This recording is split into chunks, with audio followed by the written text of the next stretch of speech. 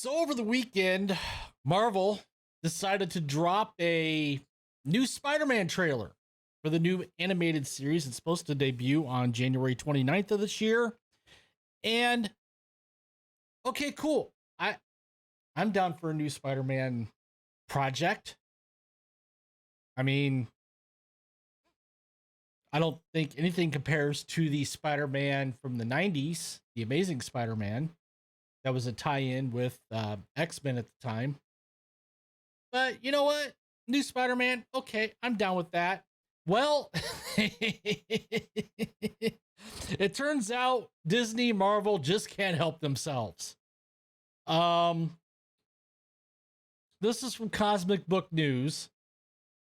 Marvel introduces Black Norman Osborn and Harry Osborn.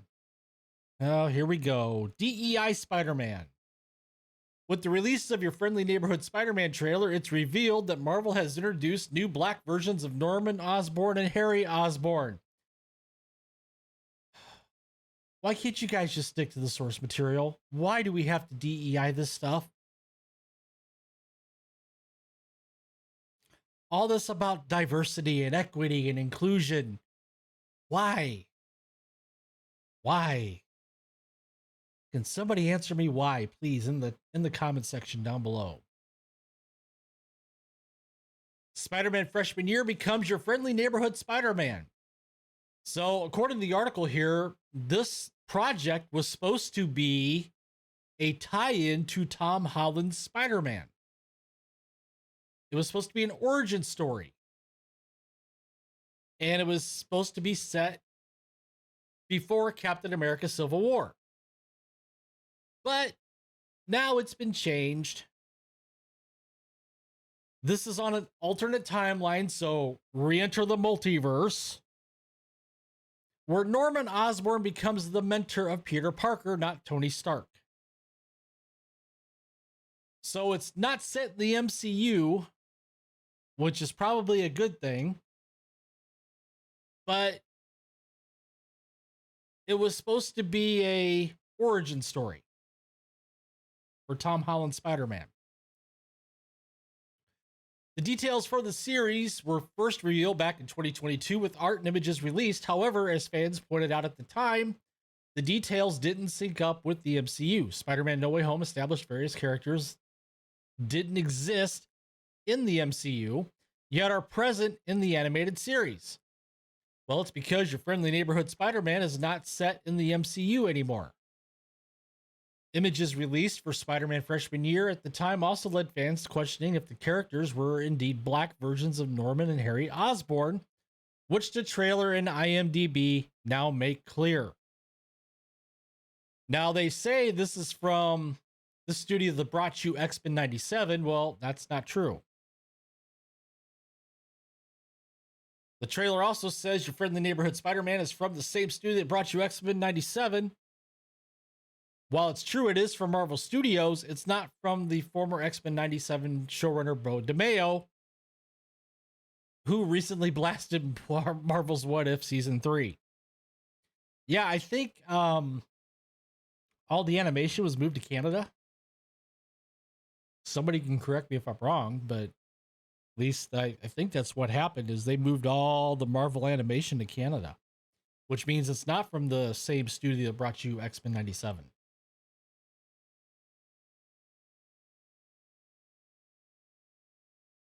Your friendly neighborhood Spider-Man, created by LGBTQ Craig of the Greek writer. Jeff Trammell is the head writer, who hasn't previously worked with Marvel, according to IMDb. Trammell is known for Craig of the Greek, which, according to Wiki, features themes of friendship, diversity, and LGBTQ representation that have attracted a broad fan base. Marvel.com has also confirmed the voice cast. Voicing Norman Osborn is Coleman Domingo, who is known for lots of roles including Lincoln, Selma, Fear of the Walking Dead, and Passing Strange. Voicing Harry Osborn, yes, Harry is a male, though it's presently unknown if he identifies as one. As you can see here from this photo, the behind shot, is Zeno Robinson, who is known for voice characters in Marvel's What If, The Milk Chug, Bleach, Spidey and His Amazing Friends, Transformers Earthspark, Batman Arkham Shadow, and more. The additional cast includes Hugh Dancy as Doc Ock, Carrie Walgren as Aunt May, Paul F. Tompkins as Bentley Whitman, Eugene Byard as Lonnie Lincoln, Grace Song as Nico Minoru, and 30-year-old Hudson Thames provides the voice for teen high schooler Peter Parker and Spider-Man.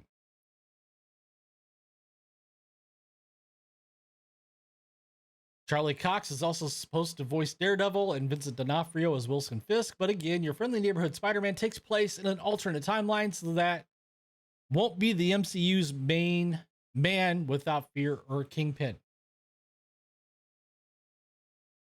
The trailer also changes the cover of the origin of Spider-Man from the original comics created by Stan Lee and Steve Ditko. Stan Lee would have celebrated his 102nd birthday yesterday. I mean, here, let's just cut to the chase here. Here is the trailer, and you could already tell people are actually liking this, which I'm surprised. I expected this thing to be ratioed to death, but it's not. So out of just over 3 million views, we have 135,000 likes to 15,000 dislikes. I'm on the dislike side, by the way, just to point that out. But here's the trailer.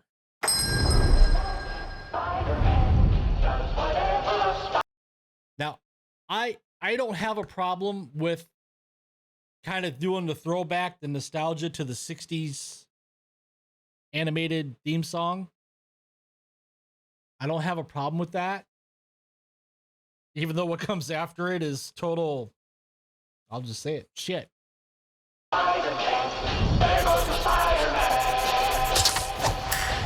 Peter, you're gonna be late. Sorry, man, I'm up. I'm okay. Hey, Oh, Petey's always been a bit clumsy. you know me, clumsy Petey Parker. Help! Mr. Campbell, I remembered I left something in the bathroom. Deuces. Parker out. I do not like this costume. I don't like it. If you're gonna do a Spider-Man cartoon, even if it's an origin story, stick with the costume from the comics. Superpower size kid, know you. Even if this is an alternate reality, an alternate universe, still go with the costume from the comics. Want a neighbor like me? Look out! Somebody help me! He's running, grab him! That's supposed to be Harry Osborn. Man bun and all. And we don't know if Harry identifies as a man or a woman or what. Or if Harry's binary. Gotcha! I thought it was dead meat. Check out Well, you can tell Harry sounds like a dude. our next victim in his dumbass costume. Is my suit really that bad? Ouch. Oh! Watch out for that ladder! Just consider it a good deed from your friendly neighborhood Spider-Man. That's me, by the way. I'm Spider-Man. There we go, there we go, there we go again. Swinging through the city so fast you could barely notice him. I truly believe that I have these powers to help people, to protect them. Need my city, you need me. Taking off the mask, I know what you see. Know you want a neighbor like me.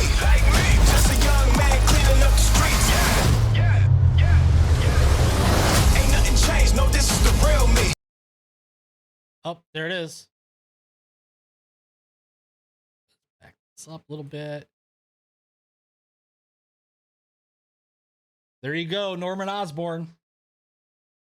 Now, I know the meme is out there and the joke is out there about Norman Osborn and his hair and so on and so forth, but still.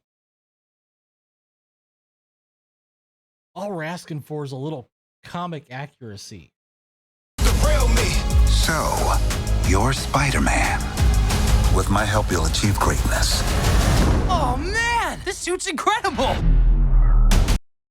Now, I think that's a spin-off of one of his suits from the comics. It's been a while since I've read a Spider-Man comic, but I think that is a version of a suit that he's had in the past. I mean, it does look like a version of the Iron Spider armor from the recent MCU movies. What was it? Infinity War? Or was it Endgame? No, it was Infinity War. So, If you ever need another butt kicking, just look for your friendly neighborhood Spider-Man. Know you want a neighbor like And no, you may not be excused. so on my live stream, I read the comments from X, and it was mixed. It was a mixed bag. What we got here? Imagine getting beat up by this Spider-Man, and he says to his stream, "Check clip that." One hand, it's kind of a bummer. This is no longer the origin story for the MCU Spider-Man, but on the other hand, the show is no longer restricted with MCU lore and can do whatever they want because it's no longer an MCU project. Yeah. No matter what, in every universe, Norman has to have the cleanest waves possible. I'm gonna wear a mask to hide my identity while I'm leaving my fingerprints all over the place with my fingerless gloves. Oh. As cinematic as Spider-Man is, I genuinely believe the serialized show is the best fit for the character. Peter's life is a series of victories and losses, and you only get a sense of how difficult his dual identity can be when you get to spend more than just 2 hours with him. Again, I covered this, supposed to be a prequel. It was going to dive deeper into Tom Holland Spider-Man's backstory. They retconned that shortly after, though, because many of the villains they are using for the show, such as Norman Osborn, simply wouldn't fit into the MCU's timeline because Norman doesn't exist there. At least not yet. Should have given us a conclusion to the 90s Spider-Man first. Yeah, I could be on board with that. But they'd probably botch that too. So, another Disney show I won't be showing to my kids. Keep it up, guys. Hard for me to picture Peter Parker as a Gen Z kid. That's kind of the vibe they got for Miles. I'm a 90s kid myself, but I mostly picture young Peter as being from the 60s or 70s. Show felt like an equivalent of someone walking up to me and saying, yo, what up, my youth? How we hanging tonight? So Norman and Harry Osborn got race swapped. Yeah, they did. In fact, Fandom Pulse covers that here. After fans mostly praised X-Men 97 despite its woke activism from showrunner Bo DeMaio, Disney Plus was ready to follow up Marvel's flagship character, Spider-Man, for a new cartoon with the classic animated feel. However, it appears that if they put diversity, equity, and inclusion into overdrive with the launch of its recent trailer. Yeah.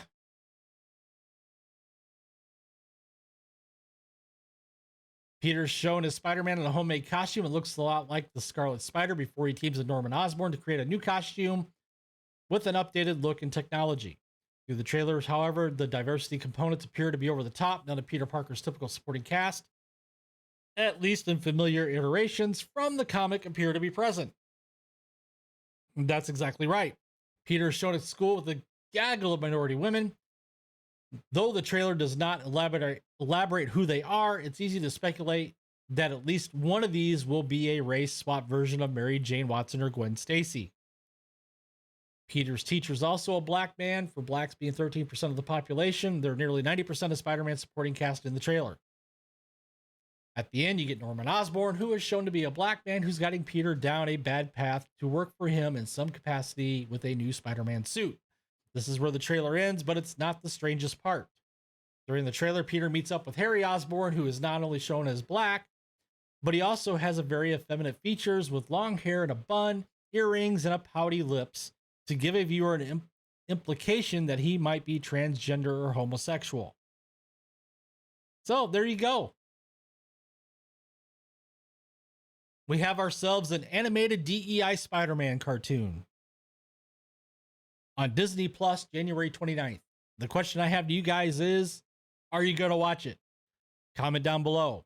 While you're at it, please take the time to smash that like button, subscribe to the channel if you haven't already, hit that notification bell so you don't miss a video, share this video out there with your friends and family, and with that, I will see you guys in the next one.